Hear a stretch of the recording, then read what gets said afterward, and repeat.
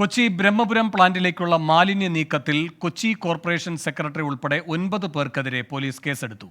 ജനങ്ങളുടെ ജീവന് ഭീഷണിയായ രീതിയിൽ മാലിന്യം കൈകാര്യം ചെയ്തു എന്ന് എഫ്ഐആർ. സെക്രട്ടറിയെ കൂടാതെ കരാറുകാരനും ഹെൽത്ത് ഇൻസ്പെക്ടറും പ്രതികൾ. മാലിന്യവുമായി പോയ ലോറികൾ ഇന്നലെ ഫയർഫോഴ്സ് തടഞ്ഞിരുന്നു. ഈ വാർത്തയുടെ വിശദാംശങ്ങളും അശ്വിൻ പാലാഴി നൽകും. അശ്വിൻ, എന്താണ് എഫ്ഐആറിൽ പറയുന്നത്? എന്തൊക്കെയാണ് പോലീസിന്റെ നടപടികൾ? വേണു, കഴിഞ്ഞ കുറേ നാളുകളായി കാക്കനാട് ഉൾപ്പെടെയുള്ള മേഖലകളിൽ നിന്നും ബ്രഹ്മപുരത്തേക്ക് മാലിന്യം കൊണ്ടുപോകുന്നത് കോർപ്പറേഷന്റെ ലോറികളിലാണ്.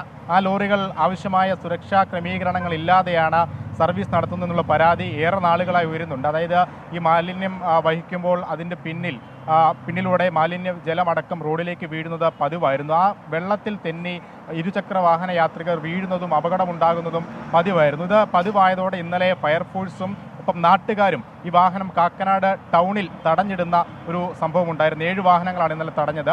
എന്തായാലും അതിനെ തുടർന്നാണ് പോലീസ് ഇപ്പോൾ അടിയന്തരമായി തന്നെ ഈ വിഷയത്തിൽ ഒരു നടപടി സ്വീകരിച്ചിരിക്കുന്നത്. കോർപ്പറേഷൻ സെക്രട്ടറിയെ തന്നെ ഈ കേസിൽ 1-ാം പ്രതിയാക്കിക്കൊണ്ടാണ് പോലീസ് കേസെടുത്തിരിക്കുന്നത്. അതിൽ തൃക്കാക്കര പോലീസാണ് കേസെടുത്തിരിക്കുന്നത്.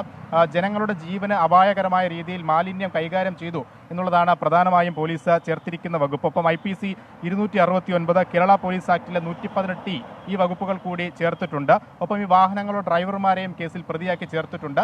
ആ വാഹനങ്ങൾ കസ്റ്റഡിയിലെടുക്കുകയും ചെയ്തിട്ടുണ്ട്. തുടർ നടപടികളുമായി പോലീസ് മുന്നോട്ട് പോകുന്നതിനൊപ്പം ഫയർഫോഴ്സും കോർപ്പറേഷന്റെ നടപടിയെടുക്കാൻ ഒരുങ്ങുകയാണ്. വേണു. അശ്വിൻ പാലാഴിയാണ് വിവരങ്ങൾ നൽകിയത് കൊച്ചിയിൽ നിന്ന്.